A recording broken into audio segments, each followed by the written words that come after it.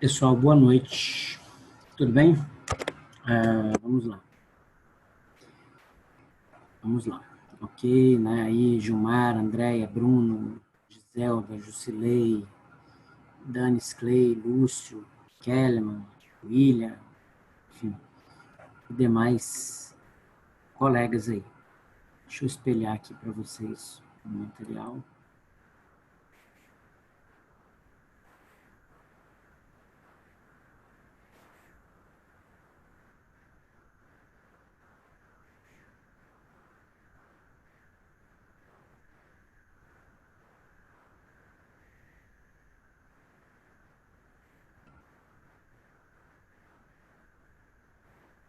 Ok.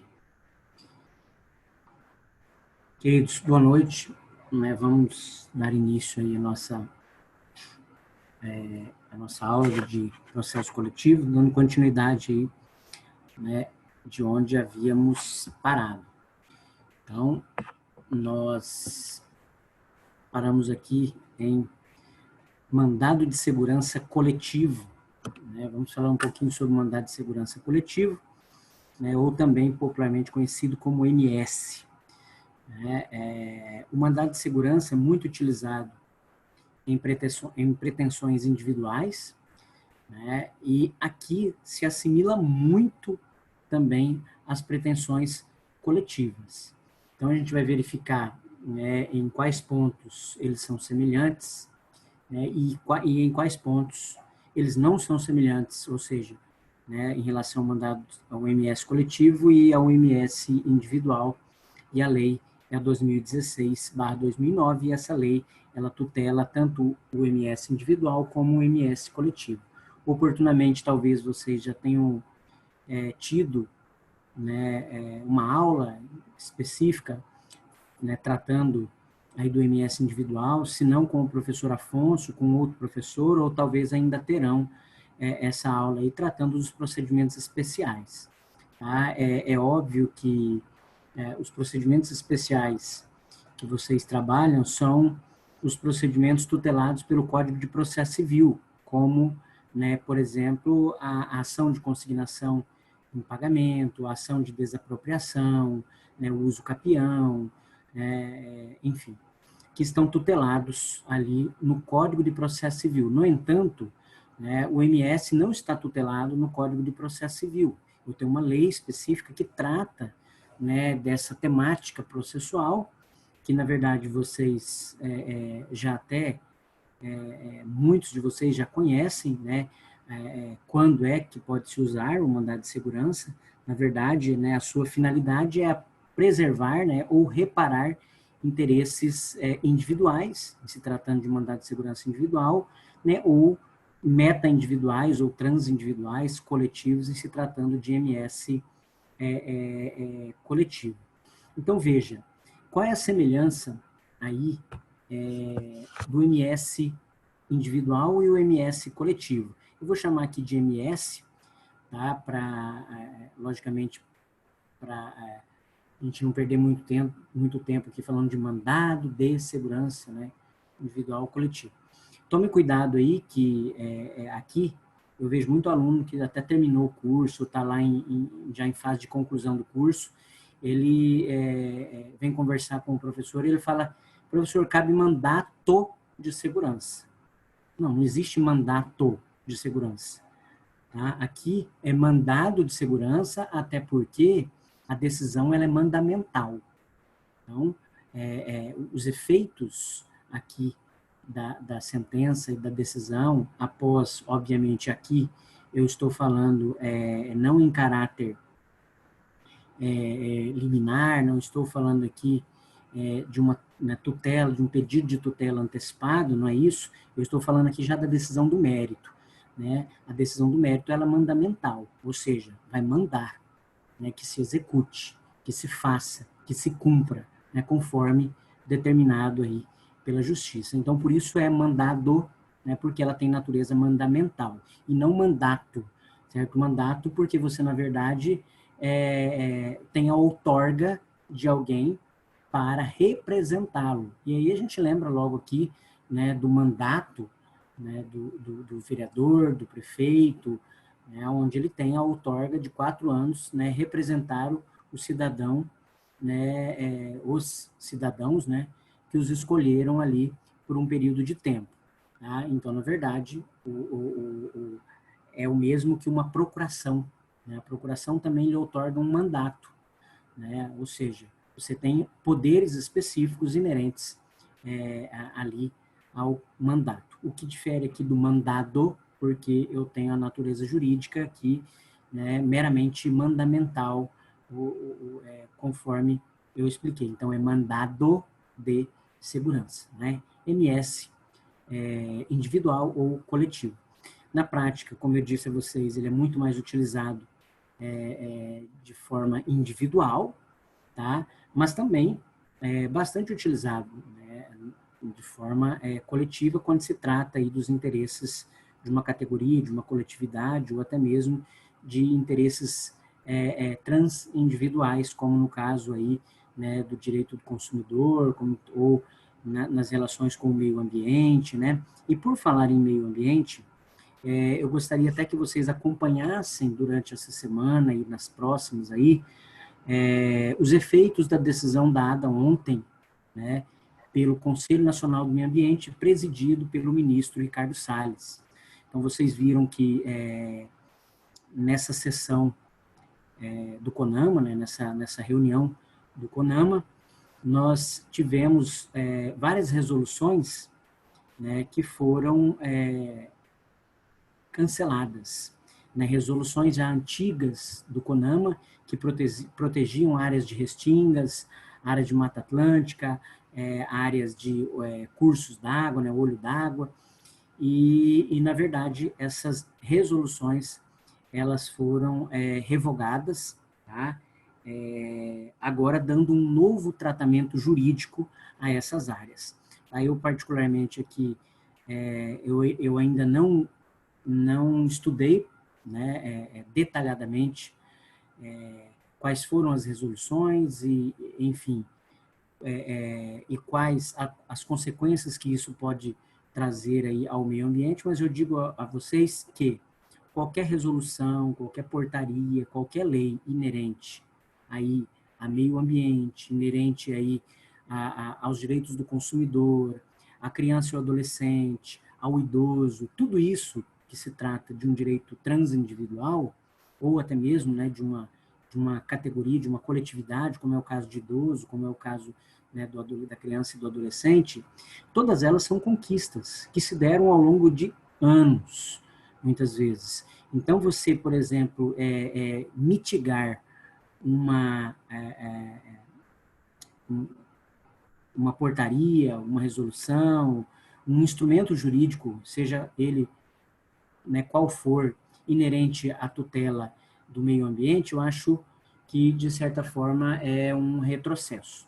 A gente, como eu expliquei para vocês, eu acho que, assim como, e aqui eu não defendo nem A, nem B, nem C, mas como, né, lá atrás o próprio, né, presidente Bolsonaro já tinha dito, olha, né, vai chegar um tempo que nós vamos ter que tratar da pandemia e também da questão da economia. E é agora o que nós estamos vendo. E aqui eu não estou fazendo crítica nenhuma em relação a se tinha que sair, se tinha que ficar em casa, ou se não teria, etc. E tal. Não se trata disso. O que se trata, na verdade, é que as duas coisas, né, sempre caminharam juntas e agora, obviamente, o governo precisa dar uma resposta aí a contento, porque eles já até aí, né, de forma antecipada, já fizeram uma previsão que 2021 será o pior ano, né, do Brasil, né, de décadas aí, por conta exatamente, né, do que nós sofremos durante o ano de 2020. Eu acho que se eu tivesse uma opinião, né, aqui para colocar a vocês, talvez o que faltou aqui foi um trabalho em conjunto, né? Governo estadual, governo municipal, governo federal, pensando no coletivo, pensando, né, nos brasileiros, e é o que talvez não houve, né? Mas não tem como dissociar aqui, né, a economia do que nós estamos aqui vivendo. Por que eu estou colocando isso? É a mesma coisa aqui das relações ambientais. Eu não tenho como dissociar, por exemplo, o meio ambiente do homem. O homem sempre necessitou, né, do meio ambiente equilibrado, e o próprio meio ambiente equilibrado, o homem faz parte, né, do meio ambiente. Então, não é só o animal, não é só a plantinha, não é só o bichinho, não é só, enfim, a mosquinha, a bactéria, o vírus. Não é isso. Eu acho que, desde que o homem se entende, né, por ser humano, na verdade, as duas coisas sempre estiveram associadas. Então, várias dessas conquistas, né, tidas aí para a proteção do meio ambiente, aqui eu não falo só, né, da proteção do animal, aqui eu estou falando, por exemplo, da água, eu estou falando do ar que respiramos, da qualidade do ar, né, enfim, de uma maneira geral. Por que eu estou colocando isso? Porque havia, na reunião do CONAMA, do Conselho Nacional do Meio Ambiente, a participação, né, do Ministério Público, né, da União, havia né, a presença de uma procuradora, e ela não tem poder de voto, né? Ela não vota, mas ela pode se manifestar, né? E ela fez a sua manifestação, né, aduzindo o seguinte, que isso, né, essa decisão do CONAMA iria provocar, né, uma insegurança jurídica, né, total, iria provocar também, dentro dessa insegurança jurídica aí, que ela acabou por dizer, na verdade, uma guerra entre estados e municípios e até a própria União, né, sobre a legitimidade das ações. Porque quando se trata de meio ambiente, pessoal, é interessante colocar para vocês que nós temos o CONSEMA, que é o Conselho Estadual, nós temos os conselhos municipais, nós temos o Conselho Nacional, e cada um desses conselhos editam regras e portarias diferentes que variam de um estado para o outro. Você pega, por exemplo, a Piracema, aqui no Mato Grosso é diferente do Mato Grosso Sul, era diferente de São Paulo. Tá?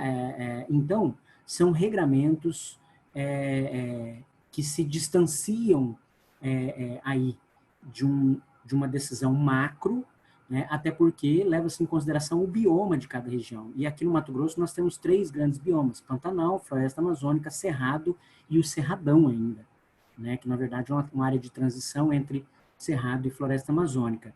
Então, obviamente, eu não tenho como comparar, por exemplo, aqui com o Rio de Janeiro, porque lá nós temos, por exemplo, Mata Atlântica, e aqui eu não tenho.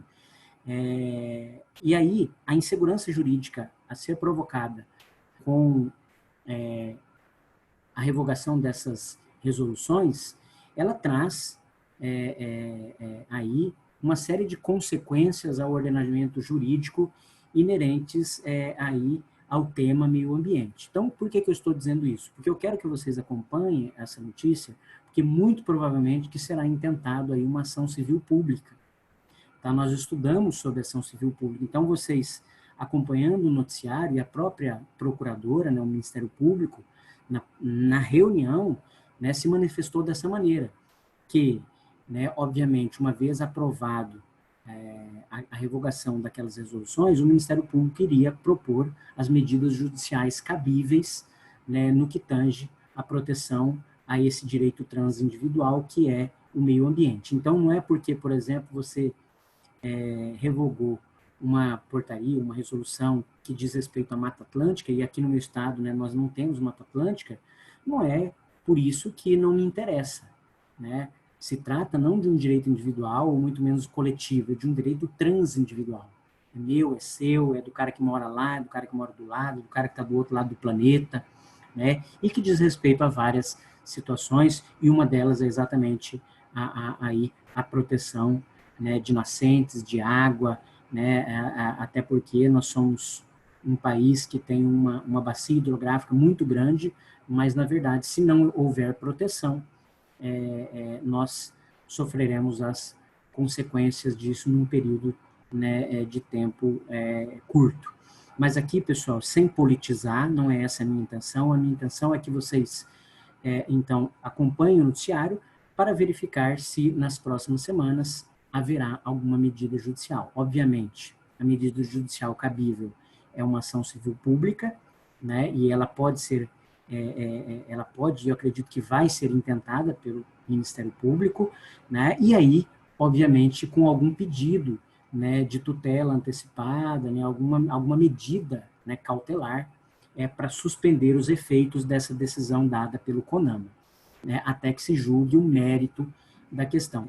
É óbvio que aqui, meus queridos, eu não estou dizendo aqui, dando toda certeza que, uma vez intentado essa ação civil pública, né, pelo órgão, né, competente, no caso do Ministério Público, que isso trará resultados.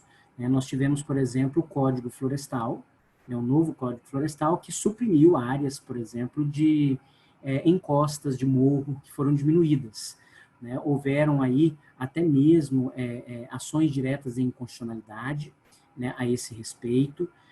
Então, nós temos que então, observar, né, a possibilidade de uma ação direta de inconstitucionalidade, mas, neste caso, uma ação direta de inconstitucionalidade ela teria que ser proposta via o Procurador-Geral da República. Como o Procurador-Geral da República ele é mais alinhado, né, com o presidente, eu acho muito difícil ele propor alguma ação, né, de inconstitucionalidade nesse sentido aí da revogação dessas resoluções. Então, eu acredito que a ação civil pública proposta pelo Ministério Público seria o melhor caminho aí, com pedido de alguma tutela, né, para resguardar esse patrimônio ambiental, até que se leve em consideração aí a decisão do mérito, né, da ação civil pública, até que se julgue o mérito. Mas eu disse a vocês que, no caso do Código Florestal, a ação direta de inconstitucionalidade proposta face a essa supressão de áreas de encosta de morro, não surtiram efeitos. Né? O STF entendeu que era constitucional e, obviamente, então, o Código Florestal, essa parte do Código Florestal que estava suspenso por uma medida liminar, né, no julgamento do mérito da ação direta de inconstitucionalidade, essa liminar caiu e, obviamente, a lei foi considerada constitucional. Então, temos que aguardar, tá, e verificar aí. Eu só estou falando para vocês que é muito interessante vocês acompanharem e falar, poxa, legal, vi isso com o professor Robson agora, né, essa semana, outra aí que passou, enfim, nas nossas aulas, e agora, e você lê também, não é só assistir na televisão, procurar ler, né, o que foi tutelado nessa ação, né, quais foram ali né, os direitos elencados, qual é a discussão que se tem nisso daí. Tá? Deixa eu ver, tem algumas pessoas aqui perguntando. Deixa eu ver se eu consigo abrir aqui, pessoal. Só um minutinho. Eu não estou conseguindo abrir aqui. Ok. Tá. O Gilmar, né? Robson, mas nesse caso do CONAMA, se o que foi revogado estiver protegido no Código Florestal, não tem perdas para o meio ambiente, certo? Certo. Tá certo. Você está falando no caso que eu estava dizendo das áreas de proteção das encostas de morro. Né? O Gilmar, mas é porque, na verdade, é o seguinte, essa ação direta de inconstitucionalidade, à época que foi proposta, né, a alegação, enfim, o direito elencado nisso era um tratado internacional que o Brasil tinha celebrado, enfim, na verdade, 2 tratados internacionais. E um tratado internacional celebrado pelo Brasil tratava da preservação de áreas úmidas. E aí, então, o Brasil, uma vez que ele suprime isso, ele estaria contrariando esse tratado internacional de proteção de áreas úmidas. Então, foi essa a questão, né, trazida à época aí, não em razão, por exemplo, de termos constitucionais em si, né, mas em razão de tratados internacionais. Tá? Obviamente que a sua pergunta aí, né, nesse caso no CONAMA, se o que foi revogado estiver protegido, né, no Código Florestal, não tem perdas para o meio ambiente. Obviamente, não teria.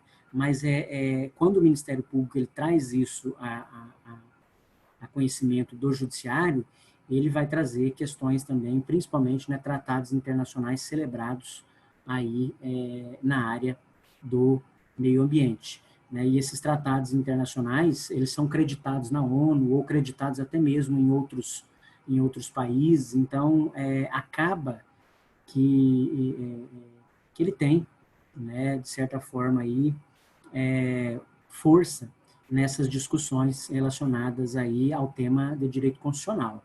Né? No caso ali, né, o judiciário não levou em consideração, tá, e entendeu pela constitucionalidade da supressão, né, dessas áreas de encostas, de morro, até porque o judiciário, enfim, o STF não vislumbrou prejuízo, como você mesmo colocou aí, para o meio ambiente.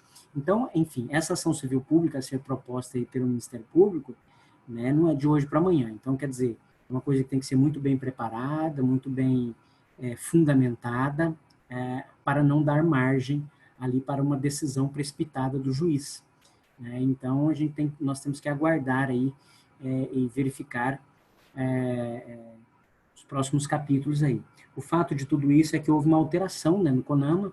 Essa alteração proposta do CONAMA, ela traz significativos impactos, porque, na verdade, a maioria agora ali que sustenta o CONAMA são pessoas que representam o governo, então, por isso, obviamente, atende interesses do governo. E aqui, pessoal, volto a dizer, eu não estou politizando, né, eu nem conheço, obviamente, a resolução que foi revogada, eu não conheço.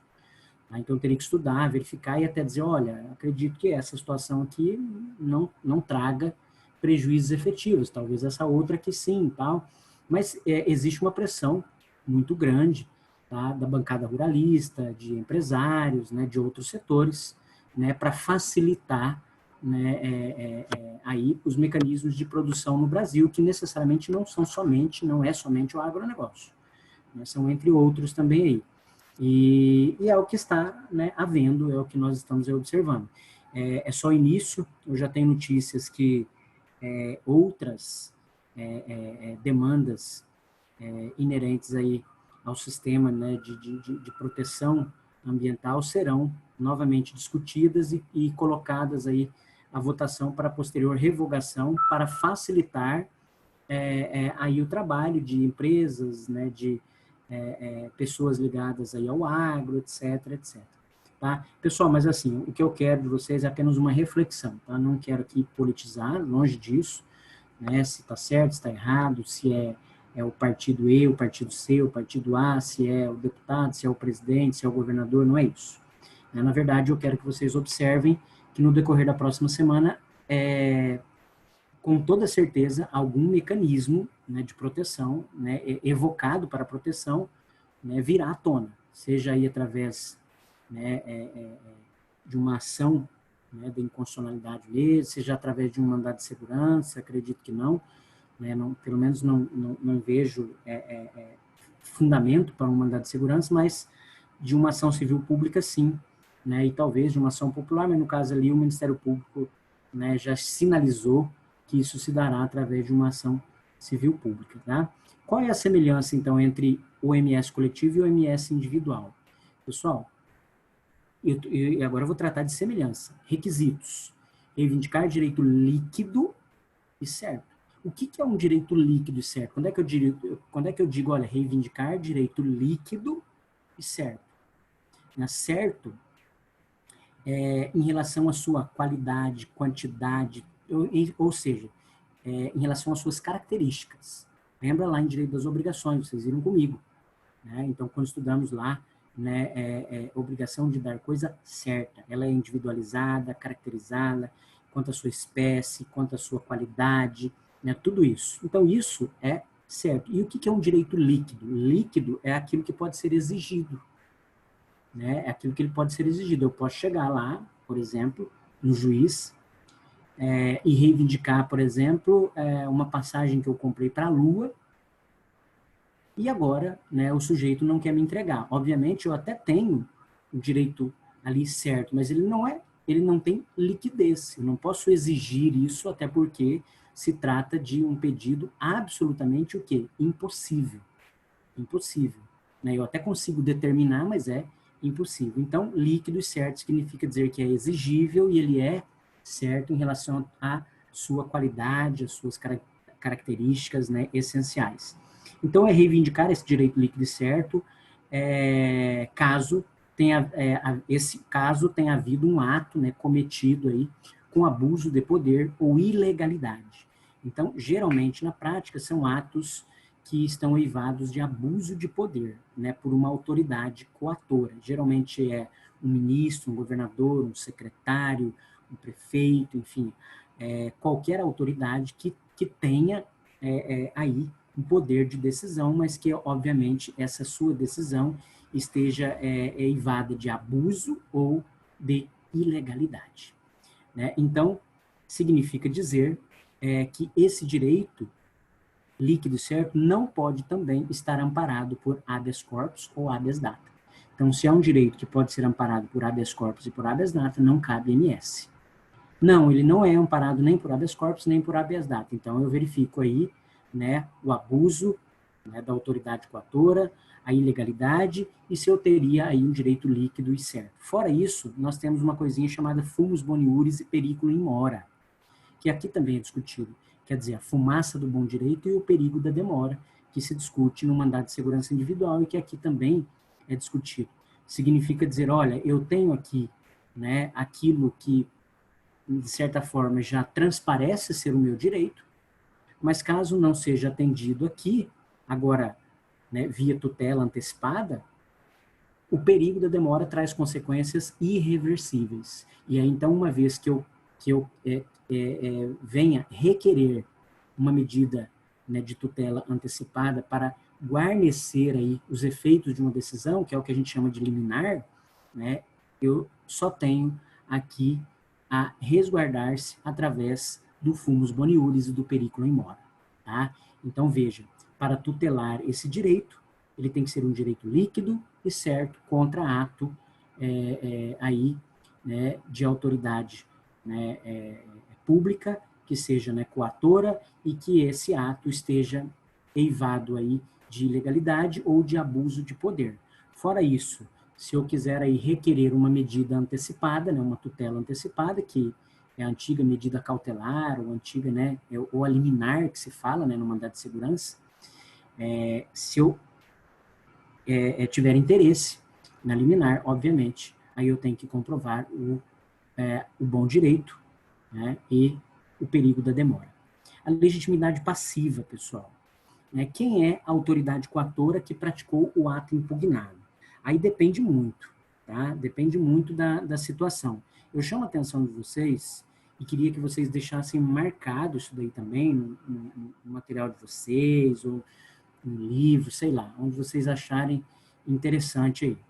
Tá? Aqui isso cai bastante na OAB e a matéria até da gente se discutir aqui em prova, porque é matéria processual. Então, a competência, ela está na própria Constituição Federal. Tá? Então, de quem é a competência para julgar mandado de segurança, né, face a essas autoridades que aqui nós vamos elencar. Né? A primeira aí está lá no 102, inciso 1, a linha D da Constituição Federal. Se vocês quiserem anotar os artigos, então, é o 102.1, a linha D. 102, inciso 1, a linha D da CF. E aí ela vai tratar da competência do STF. Professor, então, quando é que o STF é competente para apreciar o MS? Contra ato do presidente da República, da mesa da Câmara dos Deputados ou do Senado Federal, e olha bem, da mesa da Câmara dos Deputados e do Senado Federal. Tá? Então, você vai ter que verificar o ato da mesa, que é ali do presidente, do secretário, do vice-presidente, enfim, daqueles que compõem a mesa. Do Tribunal de Contas da União, então do TCU, e aqui eu estou falando do presidente, né, do TCU, do Procurador-Geral da República e também do próprio STF. Então, esses são aí as autoridades que podem figurar no polo passivo como autoridade coatora, né, aí de ato eivado de abusividade ou de ilegalidade. A competência, nesse caso, seria do STF, tá? Competência originária, tá bom, pessoal? Depois, e do STJ? Do STJ, ministros de Estado, então, atos de ministros de Estado. Então, você tem ministro aí da Justiça, ministro do Meio Ambiente, da Educação, né, dos comandantes das Forças Armadas, né, Exército, Marinha e Aeronáutica, né, ou do próprio STJ. Tá? Então, a competência aí seria, para analisar, seria do próprio STJ. Então, qual é o artigo, professor? Artigo 105, inciso 1, a linha B de bola. Artigo 105, inciso 1, a linha B de bola. Tá? Tudo da CF, tá, pessoal, da Constituição. Ok, professor. Vamos descendo, então, agora aqui. Tribunal Regional Federal. Artigo 108, inciso 1, a linha C. 108, inciso 1, a linha C de casa. Tá? Quem seriam as autoridades coatoras? Juiz federal ou o próprio TRF. Juiz federal ou do próprio TRF. Juiz federal ou do próprio TRF. Tá? Professor, vamos descer mais uma casinha agora aí. Juiz federal. Nós falamos STF, STJ, Tribunal Regional Federal e agora Juiz Federal. Quem são as autoridades coatoras? Tá lá no 109, inciso 8. 109, inciso 8 da CF. Atos de autoridade federal. Olha só, atos de autoridade federal. Professor, o presidente do IBAMA, cabe aí? Cabe, autoridade federal. Excetuados os casos de competência do STF, que é o que a gente já viu, né? Exceto os casos de competência do STF. Então, seriam todas as autoridades federais, com exceção de ministros, que a competência do STF, né? Câmara, mesa da Câmara, do Senado, Procuradoria da República, né? Tribunal de Contas da União, com exceção desses. Vamos descer mais um pouquinho, professor. Então, vamos chegar aqui no tribunais estaduais, nos TJs, nos Tribunais de Justiça dos Estados. Então, só me resta aqui dizer que são atos do próprio tribunal, né, do próprio tribunal. Professor, mas e aí, em se tratando, por exemplo, se a autoridade coatora for estadual ou municipal? Se for, por exemplo, o governador do estado, se for um secretário de estado, onde é que eu vou protocolar isso daí? Aí depende da Constituição estadual de cada estado, tá, pessoal? Aí vai depender. E a Constituição do estado, ela vai determinar se a autoridade coatora é o governador, né, é o Tribunal de Justiça. Se é um prefeito, é o município. Então, tem que verificar cada Constituição, o que ela diz a respeito disso. Então, muito provavelmente, isso não cai em concurso, nada disso, porque isso depende de cada Constituição, né? A gente tem que se atentar aqui o que diz o STF, os artigos que eu aí citei. Tem duas súmulas do STJ. A primeira é a súmula 41. Marque aí, súmula 41 do STJ. O STJ não tem competência para processar e julgar originariamente MS contra ato de outros tribunais ou dos respectivos órgãos. Tá? Então, veja que o STJ não tem competência. Aí vem a súmula 624 do STF. 624 do STF. Fala, não compete ao STF conhecer originariamente de MS contra ato de outros tribunais. Tá? Então, obviamente, né, aí a competência de se decidir isso daí seria do próprio tribunal. Então, se o ato ilegal for emanado de prefeito, vice-prefeito, então, obviamente, a competência seria a vara civil ou a vara da fazenda pública de cada município. Tá? Então, geralmente, o governador é o TJ e prefeito, vereadores, né, a mesa da Câmara de Vereadores, tal, seria ali da vara de fazenda pública ou também a vara civil da localidade. O que nós estamos fazendo aqui é uma simetria constitucional. Nós começamos do STF e viemos até chegar aqui na Justiça Comum Estadual. Tá? Então, o que nós temos é exatamente essa simetria. Vamos lá, continuando, deixa eu só... Isso. Pessoal, então, eu já falei que aqui a proteção do interesse do direito líquido e certo contra essas omissões, né, abuso de poder, atos ilegais de autoridade competente, que foram essas aqui que eu mencionei para vocês. A finalidade é essa, né, preservar ou reparar interesses meta-individuais, transindividuais, homogêneos, coletivos, né, todos esses. Vamos lá. O artigo 21, parágrafo único da lei, né, de MS, ele fala aí de direitos coletivos e direitos individuais. Vejamos aí o próprio, a própria sinalização, né, do artigo 21. Ela fala assim, o MS coletivo pode ser impetrado por partido político, né, com representação no Congresso Nacional, na defesa de seus interesses legítimos relativos a integrantes ou a finalidade partidária. Pessoal, aqui eu queria fazer um comentário com vocês de um por um desses, aqui a respeito desses legitimados aqui, né, ativos. Então veja que o parágrafo único ele fala de direitos coletivos e direitos individuais. Mas e os direitos difusos, que não estão lá, não estão escritos? Né? Como é que fica, professor? Trata-se aí de direitos transindividuais ou meta-individuais, contemplados constitucionalmente, né, através do que nós chamamos aí de interpretação conforme a Constituição.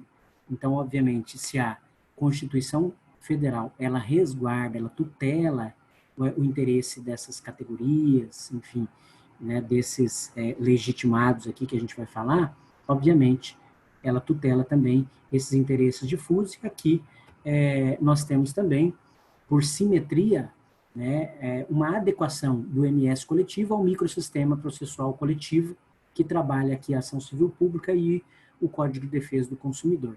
Então, na verdade, é uma analogia, uma simetria que se faz a essas duas leis que tratam da ação civil pública e do CDC, aí em se tratando de direitos transindividuais. Tá? Então, o que nós temos é uma aplicabilidade subsidiária do 81 do CDC, a defesa dos interesses e direitos coletivos, né? Vamos lá. No polo passivo, eu já falei para vocês, contrato, autoridade de autoridade pública, né, ou agente de pessoa jurídica no exercício de atribuições do poder público. Também cabe, pessoal, aqui contra concessionária e permissionária de serviço público. Energisa, Águas de Cuiabá, todos estes aí são empresas que detêm aí a concessão para a exploração deste serviço. Rodovias, por exemplo, de pedágios, tudo isso que prestam um serviço público, mas através de uma concessão, então cobram por isso, caberia aí MS coletivo também contra decisão aí arbitrária ou com abuso de poder, no caso, ou ilegal, caberia. Tá? Então, não é só contra a autoridade pública ou agente de pessoa no exercício de atribuições do poder público. Então, pode ser contra também essas concessionárias ou permissionárias. Não cabe MS coletivo contra atos de gestão. O que são atos de gestão? Portarias, resoluções, decretos, atos de gestão. Não estou falando aqui de lei, tá, pessoal? A lei, aquela lei que é aprovada pela Câmara, aprovada pelo parlamento, até porque ali existem outros mecanismos de controle de constitucionalidade, não vem ao caso. Aqui são atos de gestão, uma portaria, um decreto, enfim, alguma coisa que esteja relacionado à gerência administrativa do órgão ali competente. Não há supremacia. O que existe? O que eu quero dizer com isso? Que não existe essa supremacia contra atos de império. Atos de império seriam aqueles atos como, por exemplo, uma desapropriação. A desapropriação, ela é tida, considerada como ato de império. Isso significa dizer o quê? O governo, ele vai desapropriar a bem do interesse público. Então, ele não vai lá, vai conversar, vai tentar, vai ver. Não. A bem do interesse público, ele vai desapropriar, e, obviamente, a desapropriação, por si só, ela garante o direito à indenização, a gente já sabe disso. tá? Mas não cabe MS contra atos, né, aí de império, ok? Quem são os legitimados? Pessoal, primeiro, então, aí, vamos lá. Partido político com representação no Congresso. O que é isso? Partidos políticos com representação no Congresso. Você tem que ter um partido político que ele tenha eleito ou um deputado federal ou um senador da República. Professor, e o MS no Estado? Aí você tem que verificar o que diz a Constituição Federal. Se lá está escrito partidos, né, políticos com representação na Assembleia Legislativa. Então tem que ver isso daí lá. Tá? E isso também pode variar de cada estado. Aqui que nós estamos falando, né, é a lei federal que trata do MS, e ali, nesse caso, a tutela, a legitimidade aí do polo ativo trata dos partidos políticos com representação no Congresso, ou no Senado, ou na Câmara. Tá? Professor, não tem nem no Senado e nem na Câmara, então ele não tem legitimidade para intentar MS coletivo. Professor, mas é um partido político? Sim, é um partido político, mas que não tem legitimidade. Tá? Então, por isso que, de tempos em tempos, há uma preocupação grande, né, desses partidos nanicos, né, de 4 em 4 anos, de eleger pelo menos um representante, né, do seu partido para ter poder de negociação, né, para ter poder aí de veto nas decisões, para poder implementar também as ações primordiais aí que tutelam interesses, né, da política nacional e dos partidos, ok? Cuidado, porque na OAB eles costumam colocar aí, né, partidos políticos, né, com representação no Senado e na Câmara. Aí cuidado, porque se ele coloca no Senado e na Câmara, ele está afirmando que tem que ter representação nas duas casas. Não é. É ou em uma ou em outra, né? Tanto faz. Ah, mas ele tem representação nas duas. Ótimo, melhor ainda. Não tem problema nenhum, mas não há necessidade de ter nas duas. O segundo aí, organização sindical. Sindicato. Organização sindical é sindicato legalmente constituído. Tá? Então, você tem a CUT, por exemplo, Central Única dos Trabalhadores, entre outras aí, né? Enfim, que representam aí os sindicalizados. Entidade de classe, tá? Quais são as entidades de classe? CRM, CREA, o Conselho Regional de Enfermagem, a OAB. Aí alguém vai falar assim, professor, mas a OAB, ela é uma entidade sui generis. Sim, mas ela tutela interesses da sua categoria, dos advogados, mas também tutela interesses da sociedade. Por isso que ela é uma entidade sui generis. Sui generis. Então, na verdade, o que a gente paga ali, a anuidade que a gente paga ali na OAB, ela não tem natureza tributária, como, por exemplo, no CREA, no CRM, né? Então, para isso você precisa de ajuizar, por exemplo, um processo tributário para recolher as anuidades atrasadas daqueles que são registrados nesses conselhos, né, e pagam as suas anuidades, diferente da OAB. Tá? A OAB é um processo de execução própria, não é tributário, por conta exatamente disso. Né? Ela é uma entidade sui generis, né? Ela tem essa dupla função, tanto, né, uma especial atenção aí à sociedade, que ela tutela o interesse da sociedade, mas também de uma categoria. Tá? E por último, as associações, legalmente em funcionamento no Brasil há pelo menos 1 ano. Cuidado, porque na prova, enfim, na OAB, a OAB coloca muito essa questão. Né? Ela coloca lá e associações, mas ela não coloca lá em funcionamento há pelo menos 1 ano. Então, cuidado, porque não são todas as associações. Ela tem que estar em funcionamento há pelo menos 1 ano no Brasil. Ok? E aí você tem a tutela dos interesses garantidos aí pelos seus associados, né? Para os seus associados.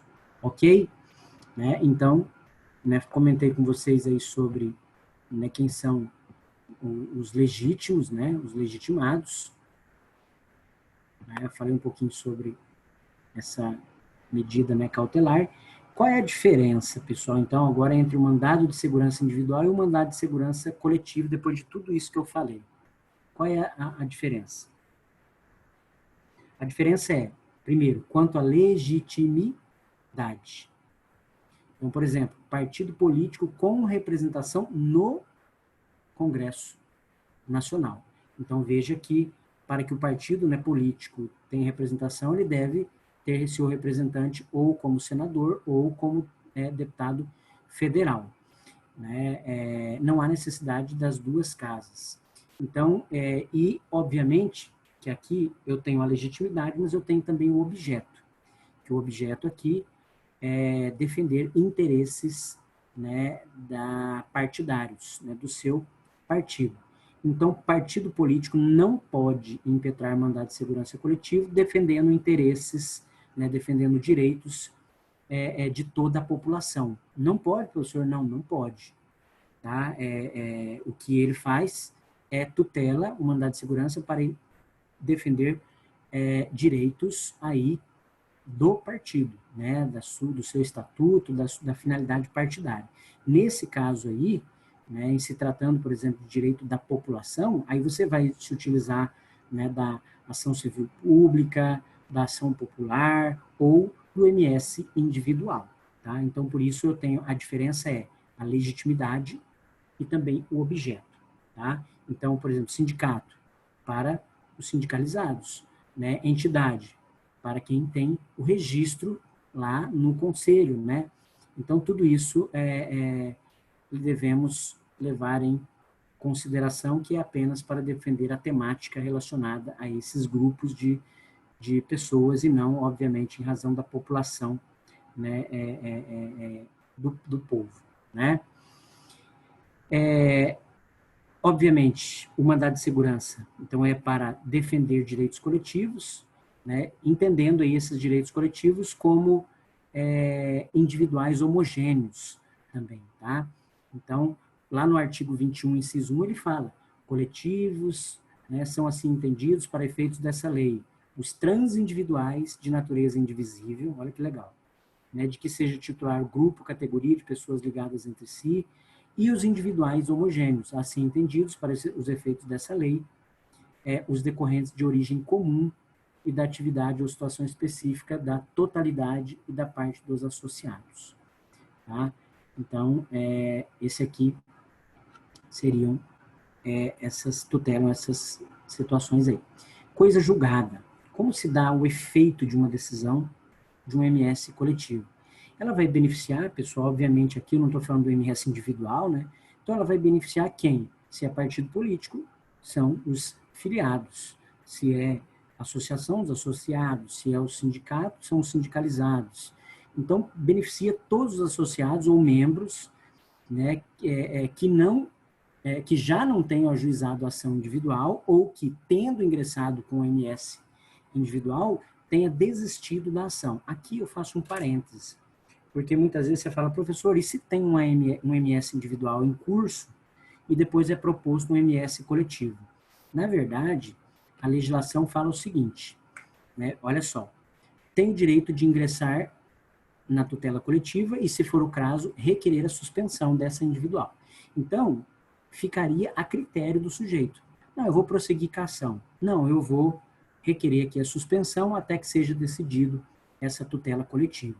Mas veja, esse direito de não se submeter à tutela coletiva e de dar andamento à sua ação, ele foi mitigado pelo STJ, que ele diz que o juiz de ofício poderá suspender a ação individual. É o que na prática acontece.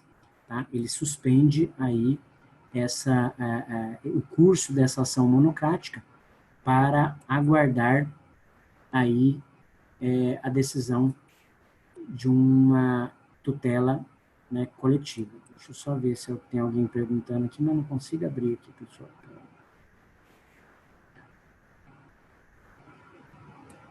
Aí. Vamos lá. Tá. A Justiça Federal do Rio de Janeiro suspendeu nesta terça-feira decisões do CONAMA. Mas muito bem, Gilmar. É isso aí, garoto. A decisão judicial foi tomada pela juíza federal Maria Almeida Senos de Carvalho em uma ação popular Ok, legal. Tem que tomar cuidado, viu, só, Gilmar, que às vezes a imprensa noticia ação popular, mas às vezes é ação civil pública. Mas, na verdade, a imprensa mesmo confunde esse objeto aí, tá? Mas é como a fonte sua, né? A Reuters aí, é uma fonte confiável, pode se dar através de ação popular, sem problema nenhum. Tá? Agora, tem que verificar aqui, né, que só não tem aqui como ela se deu através de uma ação popular e quem sustentou essa ação popular, né? Porque aqui, né, no caso do Ministério Público, ela se daria através de uma ação civil pública, tá? Mas legal. Então, quer dizer, eu já imaginava que isso iria ocorrer. Na verdade, ainda vai julgar o mérito, né, pessoal? Veja bem. Né? Então, ela deu uma decisão em sede de tutela antecipada, suspendendo os efeitos. Quer dizer, o que vocês decidiram ontem não está valendo ainda não. Tá? Foi de mentirinha, tal, e até que seja julgado aí o mérito. Agora, quando vai ser julgado o mérito, aí é outro. Isso obviamente, a Advocacia Geral da União, né, vai recorrer dessa decisão aí, enfim, os procuradores, né, lá do próprio Ministério, né, mas no caso o advogado-geral, ele vai recorrer disso ao TRF. Né? Então pode ser que amanhã ou depois, aí nós temos que verificar se o TRF vai sustentar a decisão monocrática ou se ele vai revogar a decisão monocrática. Temos isso ainda, né? E olha que ainda vai caber recurso aí para o STF e tudo mais. Então essa semana vai ser uma semana de discussões jurídicas a respeito disso daí. Bacana, Gilmar, entendeu? Você já, né, pesquisou e já viu essa decisão. Com certeza vai dar no jornal hoje à noite, né? Sempre quando eu termino a aula 10 horas, eu gosto de assistir lá o jornal, né, à noite, para saber, né, o que aconteceu durante o dia, e aí eles devem dar essa notícia aí agora. Então, veja, pessoal, mas aqui é o mais comum, né? O juiz suspende a ação individual, né, para posterior aqui decisão, aguardando decisão da ação coletiva, cujo objeto é o mesmo. Então, isso para não provocar insegurança jurídica, ou seja, a decisão de um juiz de um jeito, a decisão de outro juiz de outro. Né? Então, aguardando essa decisão aí. Aqui tem até um RESP, né, a respeito do que eu acabei de dizer. Caderneta de poupança, né, uma discussão a respeito, né, aqui de dinheiro, né, na caderneta de poupança à época, suspensão de ofício de ações individuais, o juiz determinou aí de ofício a suspensão proposta por poupadores até que se julguem as ações coletivas relativas ao tema. Tá? Então, procedimento convalidado nesta corte em julgamento de recurso representativo de controvérsia repetitiva. Né? Ok? Então, veja que de ofício ele suspendeu isso, determinando aí né, o julgamento do pleito da ação coletiva. Ok? Pessoal, aqui, né, enfim, já falamos bastante então sobre MS, eu só queria dar aqui para vocês alguns exemplos. Várias pessoas fazem um consórcio e o valor da prestação deste é aumentado abusivamente. Obviamente, aqui eu tenho uma discussão sobre relação de consumo. Então, todos os que pagam o consórcio têm o direito à revisão do valor e o reembolso do que foi pago a mais. Então, veja que aqui esses interesses podem ser tutelados individualmente ou também de forma coletiva. Né? Direito dos alunos de uma escola ter a mesma qualidade de ensino, né? Acionistas de uma sociedade, são vários exemplos aqui, né, de direitos coletivos, né, aqui indivisíveis, né, que se dá por esse meio aí.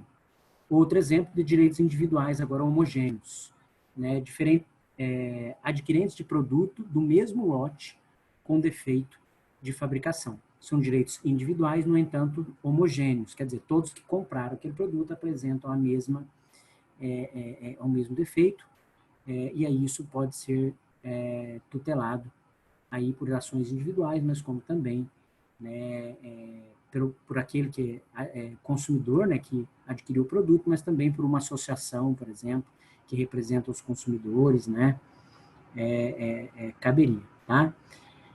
A ação civil pública também pode tutelar direitos coletivos e individuais, nós já falamos sobre isso, inclusive por meio, né, de associações legalmente constituídas. Agora, para saber se o correto a ser ajuizado é um MS ou uma ação civil pública, é verificar a necessidade de dilação probatória. Olha que legal. Se precisar de dilação probatória, ou seja, se precisar de colher provas, deve ser ajuizado a ACP, ação civil pública. Se não precisar de dilação probatória, deve ser ajuizado o MS coletivo. Por isso que nós falamos que o direito ele tem que ser líquido e certo. Tá? Uma vez que eu não tenho esse direito líquido e certo, eu preciso da garantia de provas do correto, ação civil pública. Tá? Pessoal, o Estatuto do Idoso.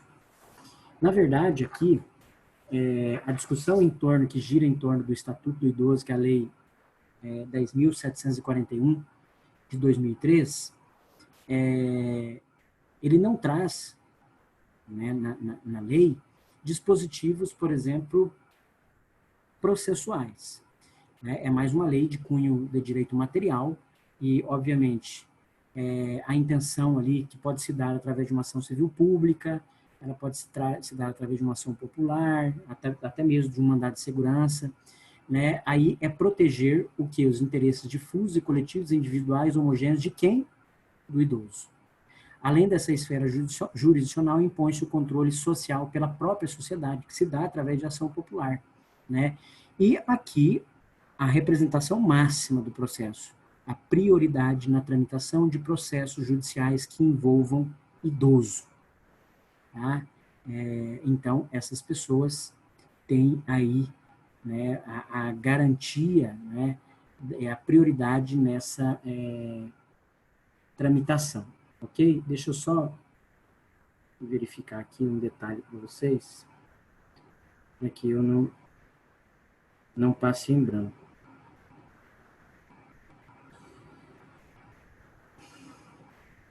Podem comentar alguma coisa, se quiserem.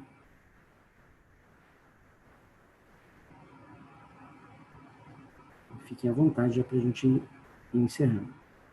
Tá? O artigo 80, exatamente eu queria procurar o texto do artigo 80 da lei. Né? Ele fala o seguinte: as ações previstas neste capítulo serão propostas no foro e domicílio do idoso, por isso o foro privilegiado, cujo juízo terá competência absoluta para processar a causa, ressalvadas as competências da Justiça Federal e a competência originária dos tribunais superiores, que a gente já falou sobre ela. Então, aqui é o foro privilegiado em razão do domicílio, né? E não é o foro privilegiado por prerrogativas de funções, porque idoso, coitado, a única função que ele tem é curtir a sua velhice, né? Curtir a sua velhice. Ok? Pessoal, na próxima aula nós vamos iniciar aí falando sobre as ações coletivas no Código de Defesa do Consumidor, que é a Lei 8.078/90, tá? Que confere aí a proteção, né, ao consumidor. Então, na verdade, essa lei ela vai demandar bastante assunto para nós, né, tratarmos a respeito dos interesses, né, do consumidor, e mais acho que umas 2 aulas nós vamos aí garantindo toda essa temática, e aí a gente pode lá ao final voltar, eu vou passar algumas questões para vocês, mas a gente pode voltar falando de alguns pontos em relação ao direito material, do próprio CDC, por exemplo, quais são os interesses da tutela coletiva ali do CDC, enfim, que são importantes a destacar, aqui do próprio Estatuto do Idoso, né, algumas coisas assim que seriam interessantes a gente destacar, né, sobretudo nós já falamos sobre a tutela processual, mas de falar um pouquinho do direito material. Tá? Deixa eu ver aqui se alguém quer. Ok. Ah, tá. Elza, é isso aí, Elza. Vou mostrar aqui para todo mundo saber aqui, né? Enfim. Um ponto para todo mundo aí, quem vestiu uma camiseta dessa na minha aula, na próxima aula, e assistir a aula com essa camiseta aí. Tá? Os invejosos que se acalmem, tá? Porque o Corinthians, com a graça de Deus, vai cair para a Série B novamente, né? Se Deus quiser. Trocou o técnico agora, mas nas minhas orações diárias eu peço isso, né? Senhor, ajude o Corinthians a chegar na Série B, por favor. Pessoal, beleza? Até a próxima aula, se Deus quiser, próxima terça-feira, né? Tomara que tenha chovido, pelo amor de Deus. É isso aí, Linei. Vai sim, vai cair sim, tá? O misto tá feio, hein, Túlio? O misto tá feio. Então tá, gente, né? Depois eu posto a aula lá para vocês lá, tá bom? Um abraço para vocês aí.